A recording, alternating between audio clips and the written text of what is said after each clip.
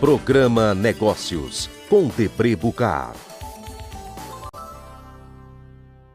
Boa noite, damos início a mais um Programa Negócios. Programa Negócios que vai ao ar todas as quintas-feiras às 22h45 pela TV Metrópole News.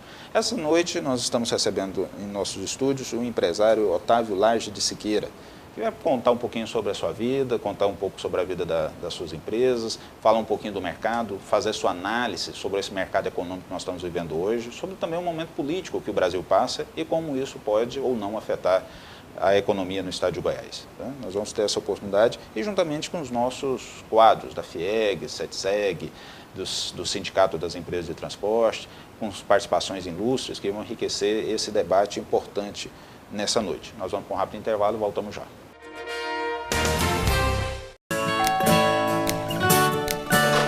Oi, amor. Trouxe os filmes. Opa! E aí, vamos ver o filme? O que a gente vai assistir? Pensei num romance. Romance? Aproveita e pega o sorvete pra gente.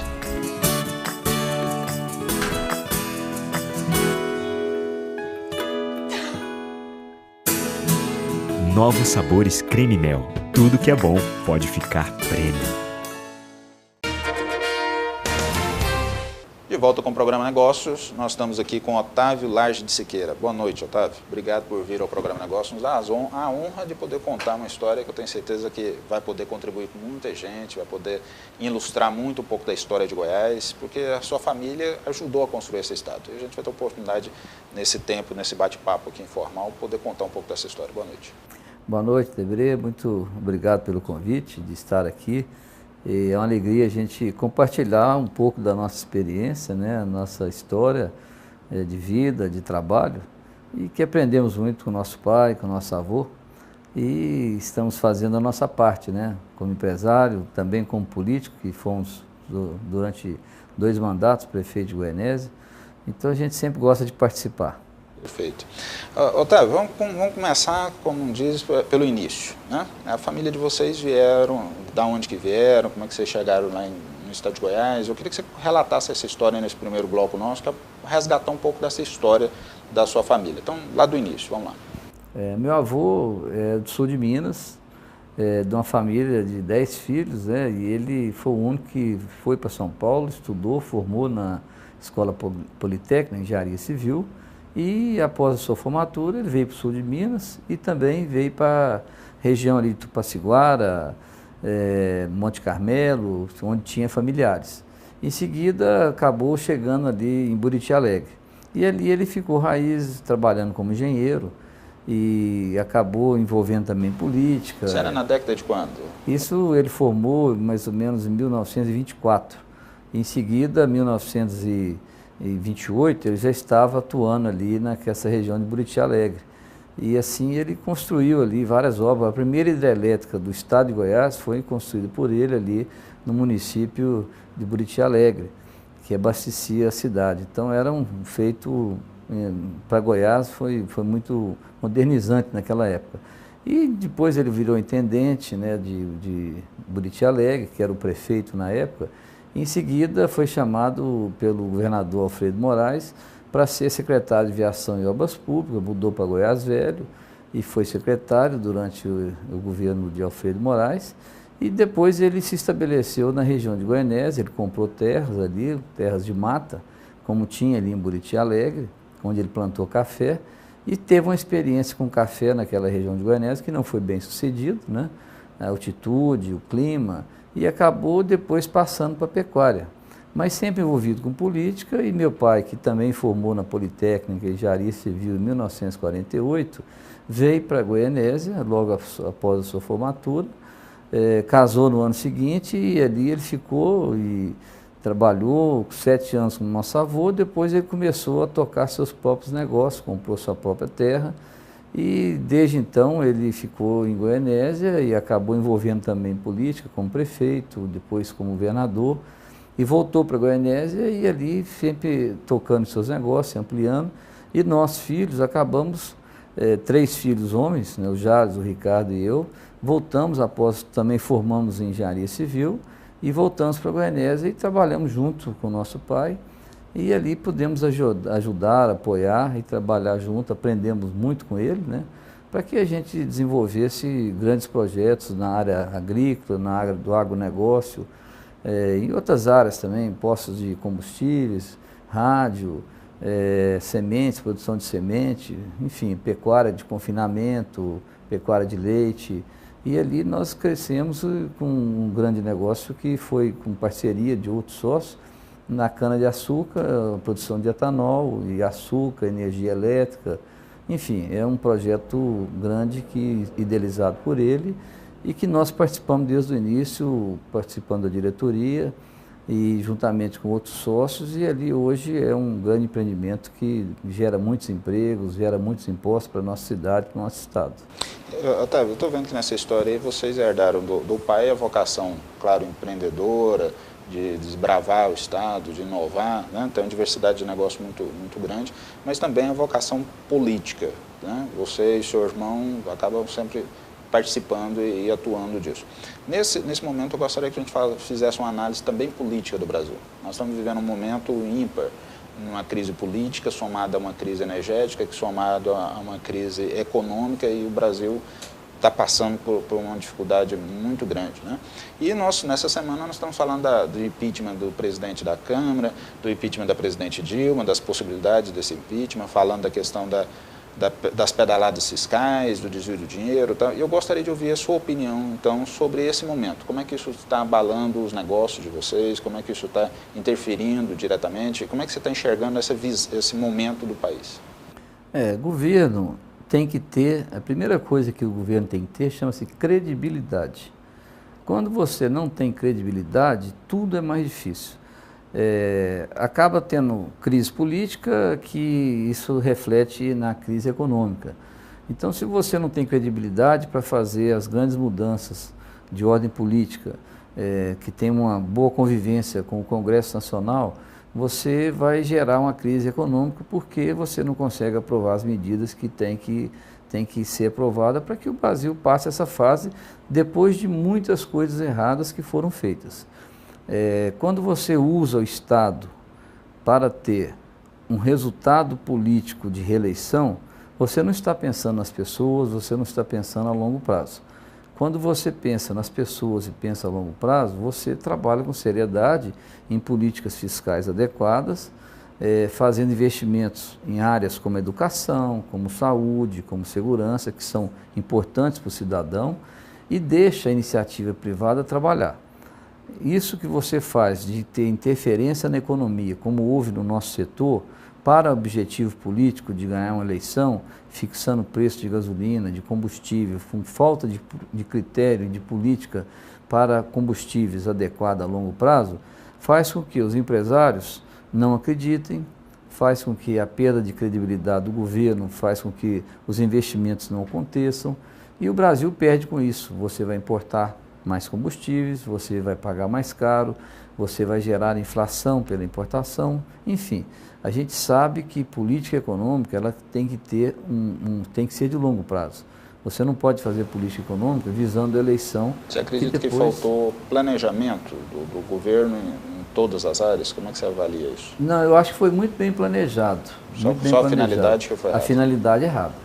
Né? Quando você usa os bancos públicos para injetar dinheiro na economia, dizendo que isso é para fazer com que o crescimento aconteça, na realidade isso não acontece. A interferência do poder público ela é mais maléfica do que benéfica. Deixa o empresário trabalhar, deixa o empresário conseguir recursos, deixa ele produzir, sem interferência do governo, todos vão ganhar com isso. O empresário sabe dos riscos.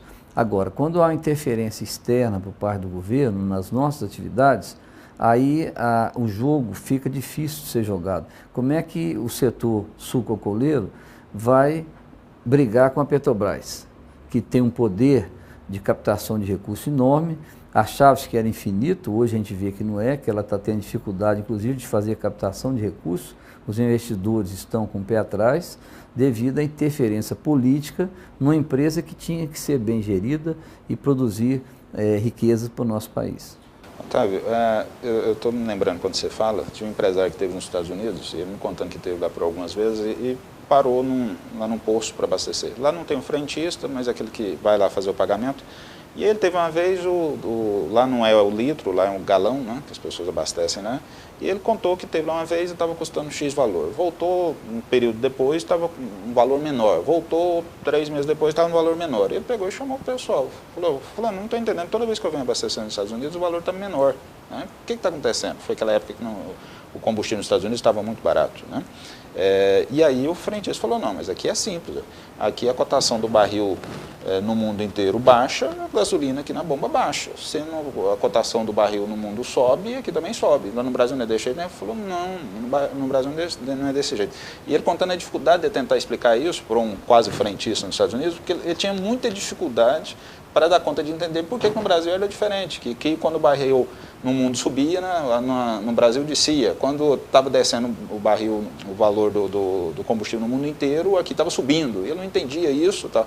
E ele falou, moço, se você que mora nos Estados Unidos, tem boa formação, não está compreendendo, imagina nós que estamos lá dentro, a gente não consegue compreender isso nunca. E, né, essa história toda para ilustrar o que você citou, que é da interferência do governo. Cito mais um fato, que foi no apagar das luzes de 2013, para o início de 2014, a Dilma fez aquela gentileza de um pacote de bondades, né? E chamou a Eletrobras na calada da noite em dezembro e uma empresa de capital aberto, sem fazer menor planejamento, sem menor gestão dessa informação, e anunciou ao mercado que a partir de janeiro a energia iria baixar 20%, 30%. Né? A Eletrobras no outro dia amanheceu valendo menos 62% na Bolsa de Valores. E não precisa nem contar que a Eletrobras também passa por dificuldades, como a Petrobras hoje, com a cotação do dólar da última semana, estava devendo mais de 50 bilhões de dólares, então é um valor assim que praticamente impagável de uma empresa que era o sonho de todos nós brasileiros. Pois bem, tivemos interferências e com a sua visão e com essas duas histórias nós mostramos o que o Brasil tem feito de errado. Você consegue enxergar alguma coisa que o Brasil tem que fazer agora para que a gente consiga sair desse momento? Né? Então, se falando muito de impeachment, isso soluciona a crise econômica que está no Brasil, na sua opinião, não? Quando você não resgata a credibilidade, a falta de uma ação mais enérgica e mais efetiva, que é o impeachment, eu acho que todos vão estar perdendo. O país vai estar perdendo, as pessoas vão estar perdendo seus empregos. Isso é muito ruim para todos nós. Então, talvez, eu lembro bem quando aconteceu o impeachment do Collor. Agora mesmo eu estava escutando uma entrevista do então Lula, né, que tinha perdido as eleições para o Collor, um candidato, e ele falando que o Collor fez feio, que, né, tinha que ter o impeachment mesmo, defendendo o impeachment, como aconteceu. Então, eu acho que se não resgatar a credibilidade do governo, se não acabar com a crise econômica, a crise política também, ela vai interferir na vida das pessoas. Então, talvez o impeachment é uma solução drástica, que parece ser, né, na época do Collor foi tranquila, e acontece que as coisas podem melhorar. Né? Eu acho que tende a melhorar, porque do jeito que está muito ruim. Os projetos não são aprovados, a presidente não tem maioria no Congresso, há todo esse esquema da Petrobras, né, de Lava Jato, enfim, são muitos fatos que dão ao governo uma falta de credibilidade muito grande e que dificulta o governo. Você acredita que possa ocorrer ainda esse ano, no ano que vem, o impeachment, seja da presidente da República ou do presidente da Câmara? Você acredita nessa possibilidade? Eu estou sentindo que vai acabar em pizza, né? Parece que está tendo uma tentativa de acordo e se isso acontecer é muito ruim para o Brasil. Eu acho que o certo é certo, se tiver motivo para gerar o impeachment, deveria acontecer. A mesma coisa com o presidente da Câmara. Se teve motivo para que acontecer o impeachment, deveria acontecer. Então, eu acho que a lei tem que funcionar. Quando você tem leis que não são respeitadas, é o primeiro ponto para um país ser taxado como um país que não é sério, como um país que não tem credibilidade. Quando você muda as leis durante o jogo, quer dizer, imagina um empresário que fez investimento na geração de energia elétrica e de repente ele se viu obrigado a diminuir 20% da sua receita por questões eleitoreiras, né? E isso nós todos perdemos a longo prazo. Pode ser muito bom a curto prazo para algumas pessoas, mas para o país não é. As leis de mercado são leis antigas, elas têm que ser respeitadas. Otávio, quero te interromper e convidar os telespectadores a acompanhar a fala do presidente da indústria, presidente da Federação da Indústria do Estado de Goiás, que traz informações importantes sobre o mundo da indústria. Vamos ver. Boa noite, Debrey. É um prazer poder estar aqui nesta hora falando com os seus telespectadores. Nós hoje somos o presidente da Federação das Indústrias em consequência da viagem do nosso presidente Pedro Alves. Hoje sou o presidente em exercício. Estou aqui para falar um pouco do que nós entendemos da economia atual. Eu acredito que, às vezes, por trás de uma grande crise, pode aparecer várias oportunidades de negócios. E aí o povo brasileiro, acho que está na hora de começar a pensar em como driblar essa crise e não ficar pensando em crise, pensar de como nós vamos sair dela de uma maneira sem precisar de presidente ou de governo nenhum para sair dessa crise. Nós, como empresários, como industriários, temos que ter um norte, e esse norte vai ter que ser, com certeza, conduzido por nós, porque se for esperar presidente, ministro de Economia, ministro da Fazenda, nós não vamos conseguir tão cedo. E aí eu conclamo os nossos empresários para que deixe de falar em crise, vamos pensar num futuro melhor e vamos tentar fazer com que esse país ande e a economia volte a crescer. Nós somos ligados a um desafio: superar, oferecer sempre o melhor. Somos uma das maiores exibidoras de mídia exterior do Centro-Oeste. Mais de 300 pontos de outdoor, frontlight e painel rodoviário. Clientes com atuação local, regional e nacional. Tudo isso nos incentiva bem mais. Nosso novo produto? O maior e mais moderno painel de LED de Goiânia. Nós somos a Capital Mídias. Capital Mídias, 62 3582 1009. De volta com o programa Negócio, essa noite recebendo Otávio Laje de Siqueira Filho. E no primeiro bloco nós contamos um pouquinho da história da família dele, como é que eles vieram de Minas Gerais, chegaram em Goiás. Segundo momento nós falamos da análise dele sobre a economia nacional, como é que está entendendo essa questão política e como que isso está afetando os negócios no Brasil. Agora, Otávio, eu te convido a gente fazer uma análise local, do estado de Goiás, né?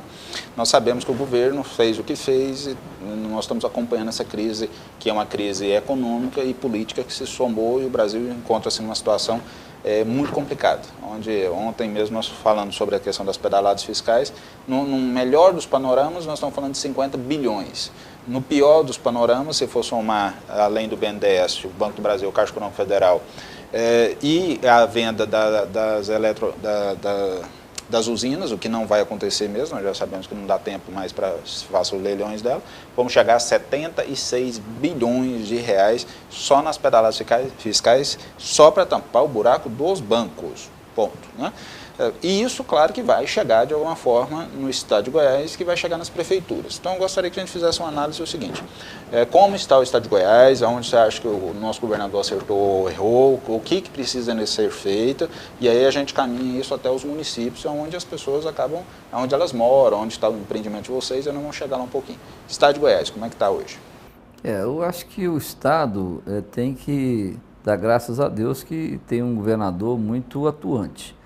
O governador Marconi, ele vai atrás, ele não fica parado, ele corre atrás, ele busca alternativas, ele é muito criativo e tem um dom político, a facilidade do diálogo, de ouvir, de conversar, e com isso se vai longe, né? Então Goiás poderia estar numa situação muito pior, tem estados aí que estão numa situação muito pior. Mas é lógico que um reflexo da política econômica nacional, ela chega nas empresas, chega nos governos estaduais e chega nos governos municipais. Não tem como. O carro-chefe é o governo federal. Ele é que dita o ritmo da economia a nível nacional.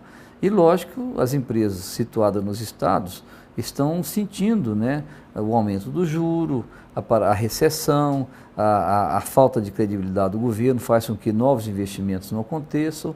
Então, tudo isso faz com que a arrecadação diminua. Então não há milagre, né? O governo tem uma despesa, tem uma programação, se essa arrecadação cai, ele tem que fazer despesas reduzidas, né? Tem que parar investimentos. E o governador teve o bom senso, no início do seu atual governo, ele reduziu muito a estrutura do Estado, reduziu o número de secretarias, e com isso ele enxugou bastante a folha de despesa de pessoal. E isso permitiu a ele ainda andar bastante, né? Ele continuou muitas obras ainda, tocando muitas obras, mas enquanto não resolver a política econômica nacional, o governo do Estado não tem muita criatividade de conseguir aumentar impostos, né? E ele fez alguma coisa, né? Mas o governo federal é o grande criador de impostos. Concordo com você, governador, acho que ele acertou muito, né? Acho que tem então uma bola de cristal lá, porque ele, diferente do governo federal, onde eu não conseguia enxergar o tamanho de uma crise, e a presidente da República disse que só conseguiu enxergar isso, coincidentemente, depois que passou as eleições, né? Que antes das eleições ela não conseguia enxergar essa questão global.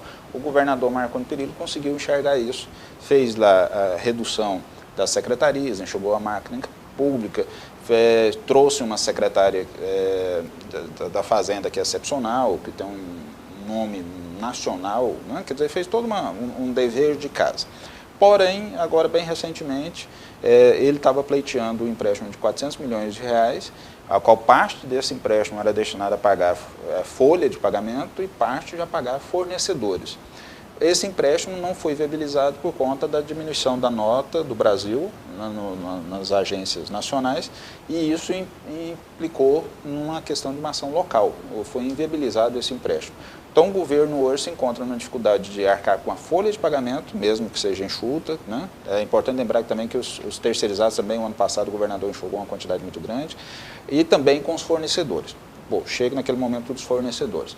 Nós estávamos em várias obras em andamento e a partir desde da semana passada essas obras praticamente todas pararam. A Jatop paralisou todas as obras porque os empreiteiros não recebem, não têm como pagar seus fornecedores, grande parte deles tiveram que demitir e abandonar as obras, né? Poderíamos citar aqui várias dessas obras, mas eu estou me lembrando de uma aqui no centro da cidade, que é do ginásio ali, que eu passei há 15 dias atrás, estava ainda em certo movimento e agora paralisou-se, não tem mais nada em construção, e isso multiplica por mais dezenas de outras obras.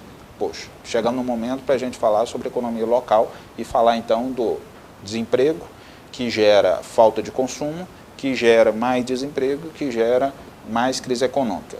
Poxa, o que nós podemos fazer na altura do campeonato? Você que vem de uma família de empreendedores, que tem viés político e uma visão política já com experiência de vida política muito grande. Tem alguma coisa que nós aqui podemos fazer, nosso dever de casa, para que esse ciclo vicioso que está acontecendo no Brasil seja paralisado ou pelo menos amenizado, na sua opinião? Como eu sempre falo nas nossas reuniões, gerir uma empresa, um estado, uma nação, é a mesma coisa que você administrar o seu salário, a sua família, a sua casa. Você tem que gastar o tanto que você recebe. Se você gasta mais do que você recebe, vai ter problema. Você pode pegar empréstimo, né, para cobrir aquilo naquele tempo, mas você tem que fazer a conta do juro. De repente, a política econômica do governo federal aumentou o juro, fez com que houvesse um desbalanceamento. E isso está sendo caro para o governo federal, como está sendo caro para o governo estadual, municipal e para as empresas. O juro nessa taxa que está hoje, de 14,5% praticamente, vai fazer com que os investimentos não aconteçam, né? E as empresas vão fazer redução de despesa para fazer o cumprimento dos seus compromissos, né? De pagamento de empréstimos, né? De folha de pagamento. Então, há dentro das empresas um sentimento em para tudo. Diminui despesas fixas, diminui despesas de custeio, diminui quadro pessoal, que é uma despesa cara, infelizmente, no Brasil. Por quê? Não é só pelo salário. O salário pode até ser baixo, mas os encargos que incidem sobre o salário são altíssimos. Então, um funcionário que ganha 1.000, ele custa para a empresa 2.500. Então, esse custo acaba que você faz com que você tome medidas de redução de despesas, entre elas a despesa de salário. No nosso caso, a empresa já teve 4.500 funcionários, nós hoje estamos com 3.600. Nós fizemos uma redução ao longo de 2 anos atrás, para que a gente tivesse essa diminuição. Quase 1.000 funcionários. Quase 1.000 funcionários nós reduzimos. Então isso é normal nas empresas, além de redução de pessoas, a redução dos investimentos e a redução de despesas que podem ser postergadas, de manutenção, né, algumas melhorias que você sempre faz no seu processo industrial. Agora, no nosso caso específico, um investimento que nós não podemos deixar de fazer é o plantio de cana. Por quê? É a nossa matéria-prima, ali que dá a nossa sobrevida de produção. Se você não tiver matéria-prima, você também não tem como produzir etanol e açúcar. E no Brasil é a mesma coisa. Você tem que tentar fazer com que a despesa do governo diminua sem exageradamente sobretraçar de impostos às nossas empresas, que já não aguentam mais pagar imposto. A taxa, a carga tributária no Brasil é muito alta, é muito mais alta em vários países do mundo. Então, você produz e você fica com um pouco desse recurso e paga muito ao governo. Daí a tentativa de sonegação, né, uma estrutura que você tem que ter para atender às normas e regulamentos, para que você não faça nenhum ato ilícito, que às vezes sem saber que as leis tributárias no Brasil mudam com muita frequência, sempre a favor do fisco, da receita. Então no Brasil, infelizmente, tem esse conceito. Vamos aumentar a receita, mas não vamos diminuir a despesa. E o Estado é muito grande. Tem que diminuir o tamanho do Estado para que tenha superávit, não só aumentando a receita, não só aumentando impostos.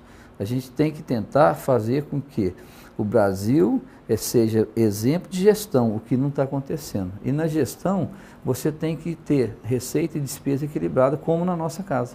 Parece que é uma receita tão simples, Otávio, né, que gastar menos do que se ganha. Isso parece óbvio para nós. O governo, às vezes... Ele não conhece a palavra economizar, diminuir, não é só aumentar. É o que tem. Faltou dinheiro, pega no bolso do brasileiro. Otávio, vou falar um pouquinho então de município. Agora, recentemente, os municípios, as duas associações que representam os municípios, a AGM, Associação Goiana dos Municípios, e a Federação Goiana dos Municípios, reuniram parte dos prefeitos na Assembleia Legislativa e lá fizeram uma manifestação paralisando parte das suas atividades lá nos municípios, alegando que os municípios estão todos quebrados, né? Eu gostaria que falasse nesse momento, então, lá na sua cidade, você já foi prefeito, seu irmão é prefeito atual da cidade, como é que está lá Goianésia dentro desse contexto estadual? Eu acho que Goianésia está até bem, porque a gente tem visto aí outras cidades a situação bem mais precária. Goianésia passa por um momento excelente, excepcional de crescimento, de geração de emprego, e eu acho que isso tem ajudado muito a cidade. Inclusive saiu agora há pouco tempo uma pesquisa, 2 municípios em Goiás que mais geraram empregos, foi Cristalina e Goianésia. Goianésia ficou em 9º lugar a nível Brasil. Então a gente vê que o município está com a sua atividade econômica muito ativa, né? Está muito produtivo. Mas é lógico que tem repasses do governo do estado e repasses do governo federal. Esses repasses diminuíram significativamente, segundo o prefeito Jales. Então eu acho que ele está passando dificuldade como todo mundo. Vai ter que fazer medidas de redução de despesas, de parar investimentos, para que esse momento passe e aí sim volte a fazer investimentos. Isso é ruim, né? Ainda mais que se pensar que ano que vem é de eleição, e todo político gosta que no ano de eleição as coisas estejam acontecendo de uma maneira normal. Mas como a economia não está ajudando, não tem como, você tem que fechar o ano, você tem que prestar conta com o Tribunal de Contas dos municípios, e então você tem que ter receita e despesa equilibrada, não tem como fugir disso, né?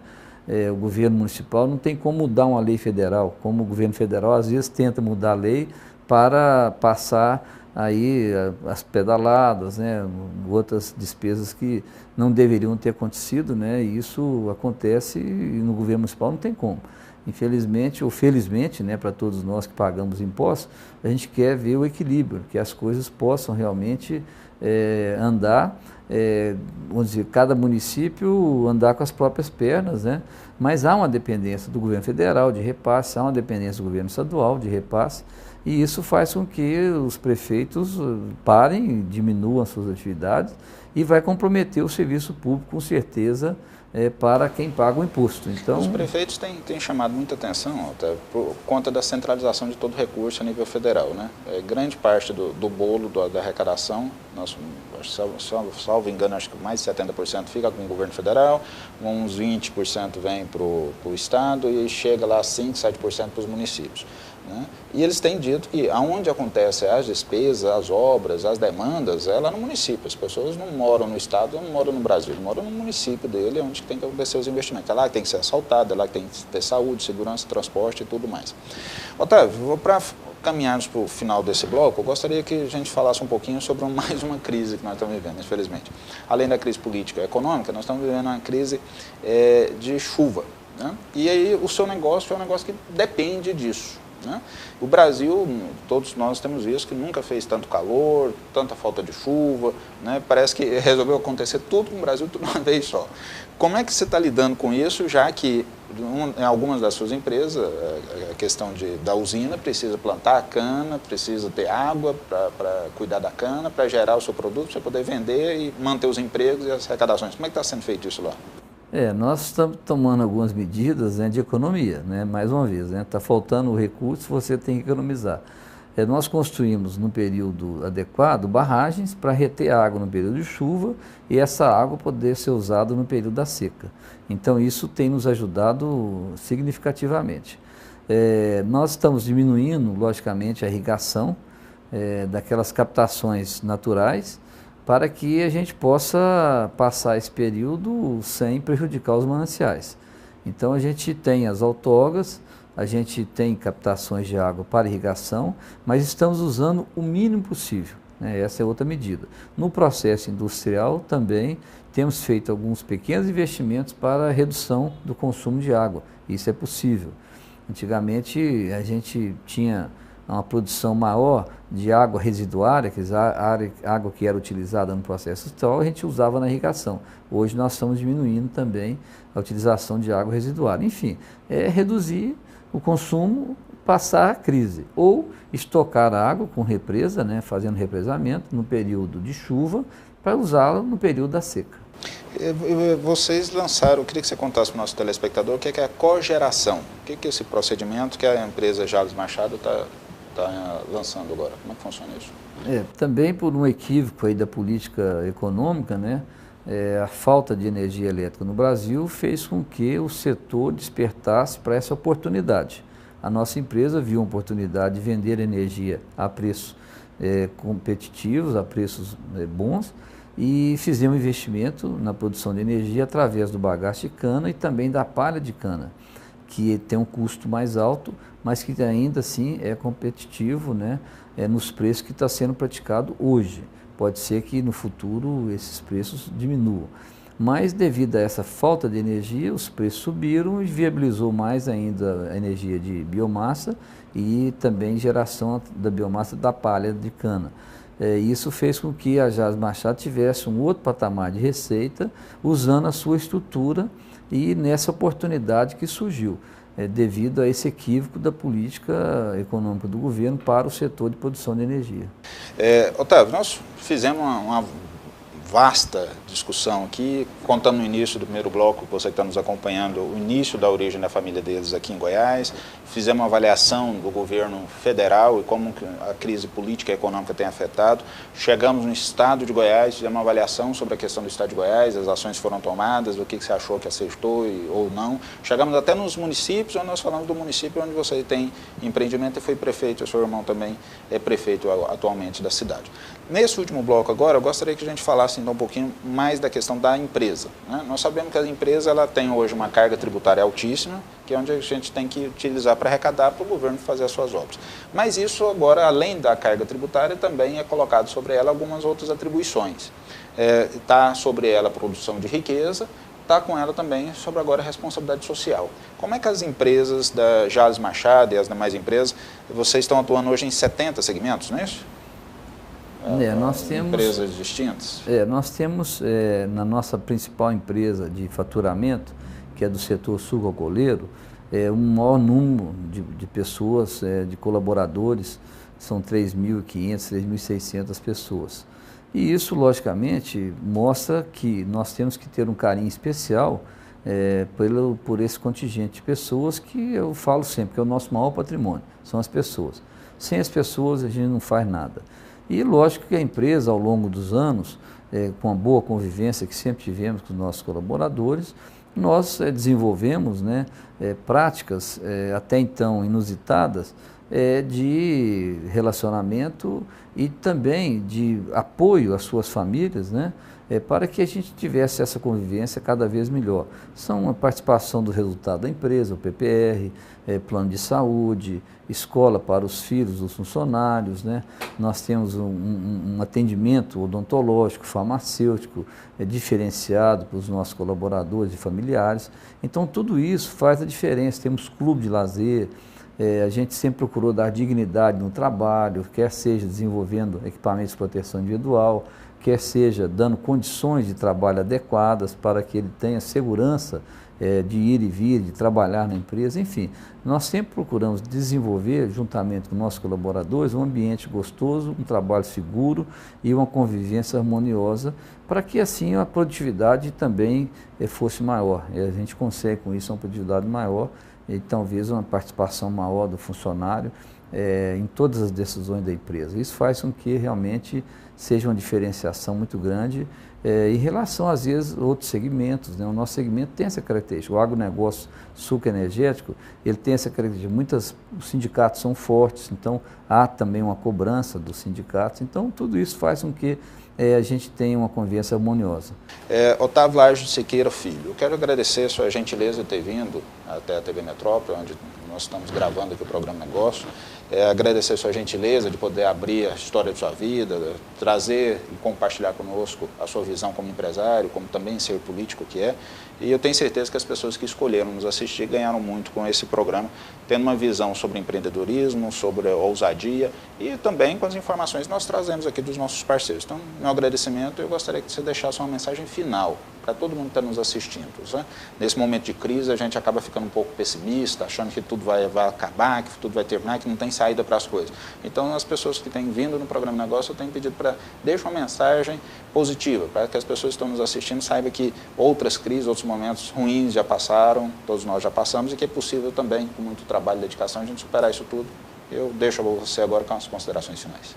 Eu acho que um ponto importante é acreditar nas pessoas, acreditar no seu negócio, e a crise passa, a empresa continua.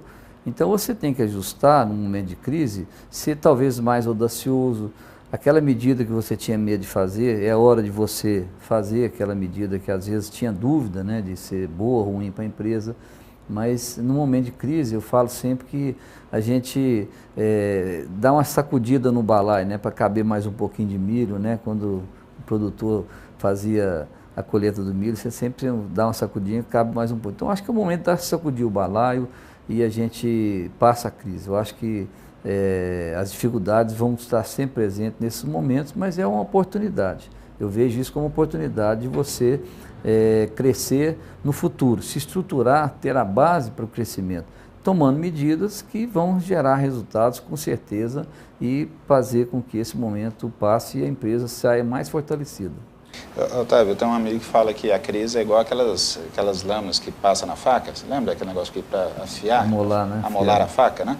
Que a crise é essa lâmina que ajuda a lapidar o empresário, o empreendedor brasileiro. O mundo inteiro está competitivo, é um momento que nós precisamos nos capacitarmos mais, a gente está mais qualificado, a gente dá conta de produzir mais com menos e com menor tempo, né? E a gente melhorar toda a nossa tecnologia para que nós, brasileiros, consigamos competir com o mundo que está cada dia mais competitivo e mais preparado, né? O Brasil precisa passar isso. Vamos tentar enxergar esse momento de crise como um lado positivo, né? No final, todos nós iremos ganhar. Tá, obrigado pela sua gentileza, você é uma pessoa muito simpática e contribuiu muito com o Estado de Goiás, com a sua mensagem. Meu agradecimento. Obrigado. Muito obrigado, uma boa noite a todos, Debreu. Agradeço aí a oportunidade de estarmos juntos aqui, batendo papo. Eu agradeço você, telespectador que escolheu nos assistir. Obrigado, é motivo de muita honra, muito orgulho. Esperamos ter cumprido a nossa missão de levar um debate sobre economia, com informação, com conteúdo. Nós nos vemos na próxima quinta-feira e nas reprises que acontecem terça, sábado e domingo aqui na TV Metrópole. Um grande abraço.